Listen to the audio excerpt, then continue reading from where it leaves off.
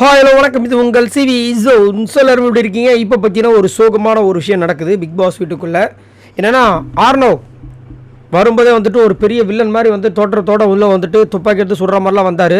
But அந்த ஒரு டைமில் மட்டும்தான் அப்படி இருந்தார். அதுக்கப்புறமா வச்சு செஞ்சு கடைசியில் இப்போ வந்து அடக்க உடக்கமாக இருக்கார். அது மட்டும் இல்லாமல் இவர் அடக்க உடக்கமாக இருக்காருன்ற ஒரு காரணத்தினால வரவங்க போகிறவங்களும் அடிக்கிறாங்க. நேற்று ஜெஃப்ரி பேசுறது இன்னுமே எனக்கு ஆறலை.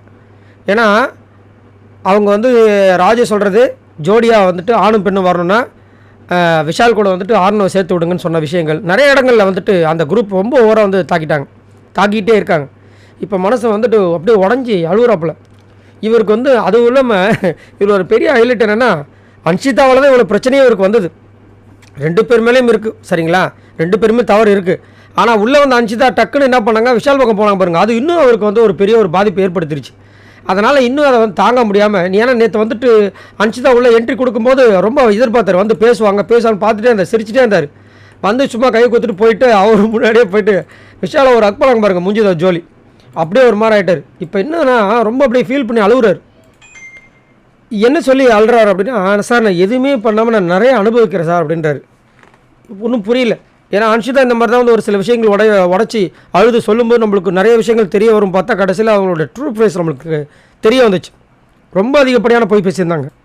அதே மாதிரி இப்போ என்ன சொல்கிறாருன்னா, எனக்கு கடவுள் நம்பிக்கை வந்து அதிகமாக இருக்குது சார். ஆனால் நான் ஏன் இந்த மாதிரி பண்ணுறேன், நான் ஒரு சில பேருக்கு நல்லது பண்ணப்போ எனக்கு இவ்வளோ பெரிய ஆப்பு வந்த மாதிரி ஆகிப்போச்சு. எனக்கு இப்போ யாரை பார்த்தாலும் பயமாக இருக்குது. புதுசாக யாரை பார்த்தாலும் எனக்கு ரொம்ப பயமாக இருக்குது. அவங்க உண்மையிலே நம்மக்கிட்ட வந்து ஃப்ரெண்ட்ஷிப்பாக பழக வராங்களா, இல்லை நம்ம முதுகில் குத்த வராங்களா, நான் யாரை நம்புறதுனே தெரியல.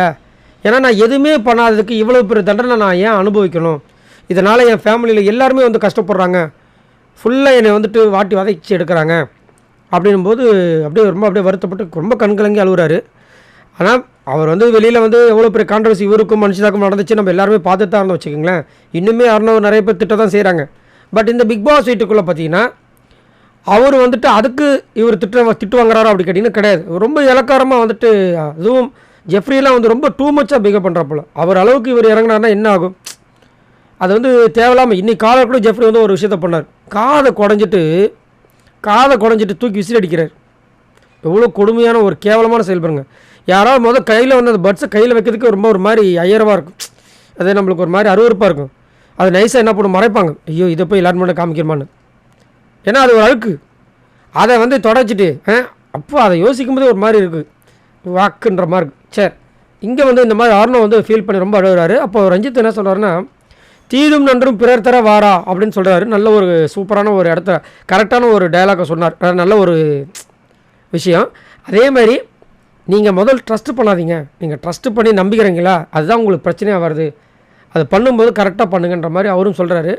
பட் இருந்தாலும் ஒருத்தங்க அதுதான் நம்மளுக்கு வருத்தமாக இருக்குது. சரி, நீங்கள் உங்களோட கருத்தை சொல்லுங்கள். இங்கே ஆர்னவ் சொன்ன விஷயங்களை பார்த்து உங்களுக்கு என்ன தோணுது? அதே மாதிரி அன்ஷிதா ரொம்ப டீப்பாக இருந்தாங்க. வந்தப்போ வந்துட்டு இவரும் அவங்களும் எவ்வளோ பேசுனாங்கன்னு தெரியும். இவர் வெளியே போனதுக்கப்புறமா எப்போ வந்து இவர் விஷால் கூட பேச ஆரம்பிச்சாங்கன்னு தெரியல. இப்போ வந்து கண்டுக்கிறதே இல்லை சுத்தமாக. இதை பற்றி என்ன நினைக்கிறீங்க? மறக்காமல் கமெண்ட்ஸ் பண்ணுங்கள். பாய் நண்பர்களே.